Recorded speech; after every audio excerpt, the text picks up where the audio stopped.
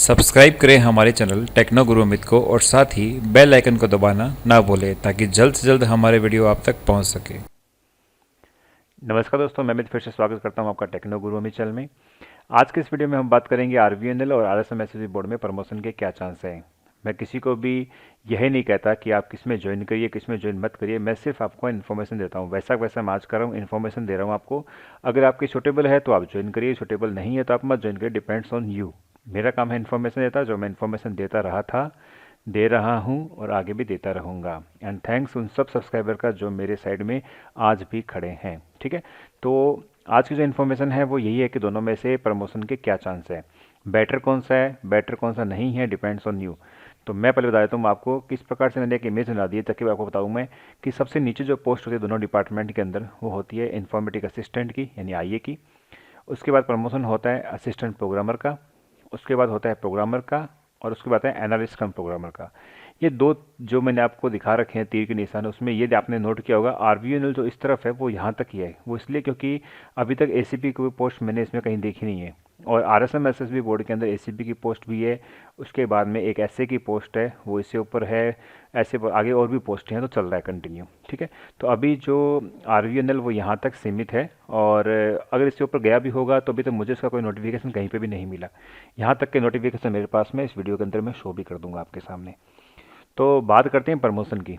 तो देखो, प्रमोशन के अंदर मैं तो कुछ चीज़ क्लियर कर दूं कि बात जब यहाँ से स्टार्ट होती है इन्फॉर्मेटिक असिस्टेंसी, तो मैं बता दूं आरएसएम एसएसबी बोर्ड के अंदर अभी का जो फिगर है मेरे पास में, एग्जैक्ट फिगर है वो मैं बता रहा हूँ, 4303। ये अभी अपना एग्जैक्ट फिगर है आज का, जो है आईए का टीएसपी और नॉन टीएसपी मिलाकर इतने लोग लगभग लगे हुए हैं। ठीक है, और आरवीएनएल की बात करें तो 296 पोस्ट तो निकली थी टोटल, तो मेरे हिसाब से करीबन 270 के आसपास लोगों का सिलेक्शन होगा फाइनल। क्योंकि आई थिंक एक लिस्ट और निकलेगी जिसमें वेटिंग लिस्ट निकलती है हर एग्ज़ाम में आरवीएनएल के, तो इसमें भी वेटिंग लिस्ट निकलेगी जिनमें बाकी बचे लोगों को वो सेलेक्ट करेंगे। ये मेरा अनुमान है कि निकलनी चाहिए, तो इसमें 270 और यहाँ है 4303 आई है। ठीक है, तो अब ये है कि 270 लोग जब का प्रमोशन होगा तो वो कहाँ जाएंगे ऊपर, असिस्टेंट प्रोग्रामर में। तो असिस्टेंट प्रोग्रामर की जो पोस्ट है वो है 100% प्रमोशन पोस्ट। किसके अंदर, ये है अपने आरएसएम एसएसबी के अंदर। तो पहले तो एक क्वेश्चन ये होगा कि कई लोगों ने ये कमेंट किया है कि जो आरवीएनएल है वहाँ पे तो अभी तक उनका आता पता भी नहीं है कि असिस्टेंट प्रोग्रामर पोस्ट है कि प्रोग्रामर की पोस्ट है कि नहीं है, ऐसा कुछ पता नहीं है। तो उनके लिए मैं एक चीज़ कर देता हूँ क्लियर, मैं आपको डॉक्यूमेंट दिखा रहा हूँ। ये है डॉक्यूमेंट, ये है जोधपुर विद्युत वितरण निगम लिमिटेड का। ये है देख लो 17 का 12 जो 19 दिसंबर 2017 का है। इसके अंदर उन्होंने बता रखा है कि इनका जो कैडर स्ट्रेंथ है वो किस प्रकार से रहेगी, कौन कौन से नई पोस्ट आएगी। तो यहाँ पर देखिए उन्होंने नई पोस्ट का उजागर किया हुआ है, programmer, assistant programmer, informatic assistant, data entry operator, सबके बारे में। तो मैं आपको दिखा भी देता हूँ कि इनकी पोस्ट है जो कि आरवीएनएल में सब डिपार्टमेंट में होगी। असिस्टेंट इंजीनियर जो कि आईटी का होता है, इसके लिए लिखा हुआ है 1/4 by promotion and 3/4 by direct recruitment. मतलब 25% तो प्रमोशन से भरी जाएगी पोस्ट और 75% डायरेक्ट रिक्रूटमेंट होगा। अगर उसमें 100 पोस्ट है तो 25 तो प्रमोशन से होगी, 75 आपकी डायरेक्ट रिक्रूटमेंट से होगी। तो इस प्रकार से भरा जाएगा। और ये क्या है, post from which selection is to be made, मतलब इससे जस्ट पहले पोस्ट कौन सी होगी, प्रोग्रामर की। तो अभी जो अपने यहाँ पर देख रहे हैं, जिसमें मैंने आपको बताया कि आपको किस प्रकार से ये देखना है, तो इसके अंदर प्रोग्रामर के बाद आरवीएनएल में यहाँ पर असिस्टेंट प्रोग्रामर आईटी की पोस्ट है। तो वो मैंने अभी तक मुझे क्योंकि आई नहीं कहीं पर, तो इसलिए उसको मैंने यहाँ पे मेंशन नहीं किया है।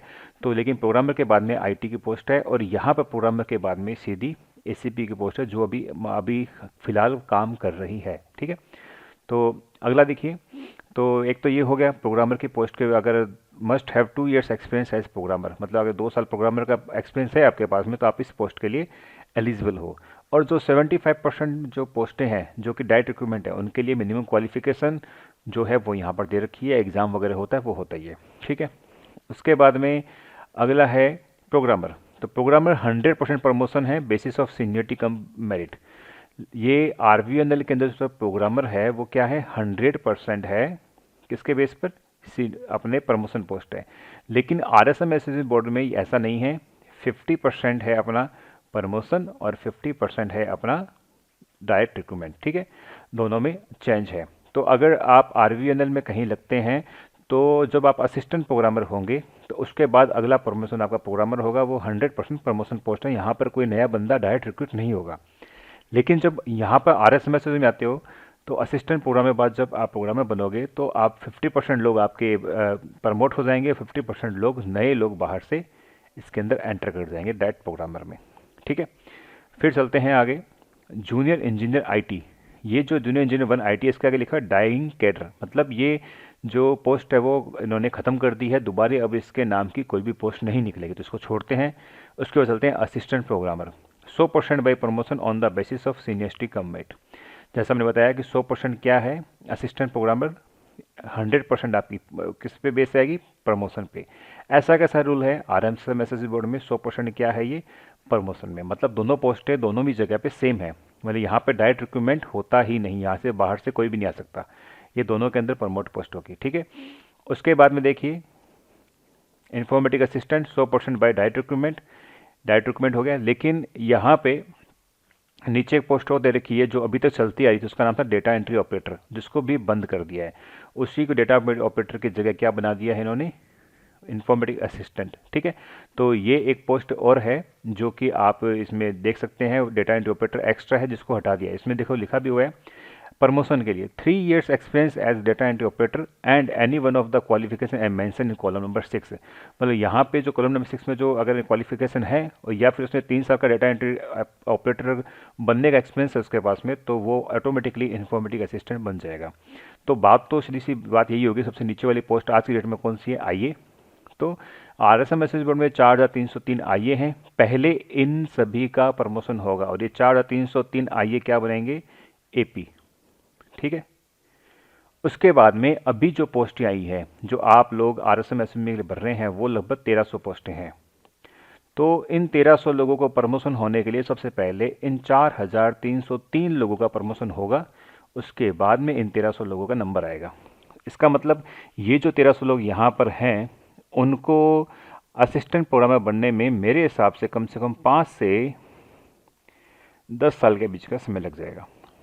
ठीक है, और जो RVNL के अंदर है 270, इनका अगला प्रमोशन जस्ट AP है और इनके आगे कोई भी नहीं है, इनका सीधा प्रमोशन क्या हो जाएगा, असिस्टेंट प्रोग्रामर हो जाएगा, जो कि 3600 ग्रेड पे की जॉब है। बता भी देता हूँ मैं आपको, ये है आपकी 3600 ग्रेड पे की जॉब है। ठीक है, प्रोग्रामर जो है वो आपकी 4800 ग्रेड पे की जॉब है गस्टेड अधिकारी की, और ACP जो होती है वो होती है 6600, जो कि RS अधिकारी से भी बहुत ऊपर की, जो फाइनेंशियल डिपार्टमेंट से बात करूँ तो ऊंची जॉब है। एडमिनिस्ट्रेटिव जो पावर है वो RS अधिकारी के पास ज़्यादा होती है। तो इस प्रकार से सारा कैलकुलेशन है। तो अब आप डिसाइड कर लीजिए कि आपके हिसाब से कौन सा बेटर है। RSMS बोर्ड में 4300 लोगों का पहले प्रमोशन होगा, उसके बाद जो नए लगे हैं 1300 लोग, उनका प्रमोशन आएगा। तो देख लिए, टाइम बता दिया मैंने, 5 से 10 साल कम से कम लग जाएंगे। RVNL के अंदर 270 लोग हैं, पहले कोई भी नहीं है, तो इनका सीधा अगला प्रमोशन क्या होगा, असिस्टेंट प्रोग्रामर होगा। इसके लिए कब होगा, इन्होंने अपनी कुछ शर्तें बता रखी है, तो वो भी देख लीजिए आप। असिस्टेंट प्रोग्रामर के लिए must have 5 years experience as informatic assistant, 5 साल के इन्फॉर्मेटिक असिस्टेंट का एक्सपीरियंस होना जरूरी है। प्रोग्रामर के लिए 5 years का असिस्टेंट प्रोग्रामर का होना जरूरी है, और ऊपर IT के लिए 2 साल का प्रोग्रामर का होना जरूरी है। तो ये मैंने आपको विद प्रूफ दिखा दिया है कि किस में कितना अपने प्रमोशन के चांस है। तो अब आप डिसाइड कर लीजिए कि प्रमोशन अगर आपके लिए मैटर करता है तो आपको कौन सा लेना चाहिए, कौन सा नहीं लेना चाहिए। आजकल मैंने बोलना बंद कर दिया कि किस में आपको जाना चाहिए, किस में आपको नहीं जाना चाहिए, डिपेंड्स ऑन यू।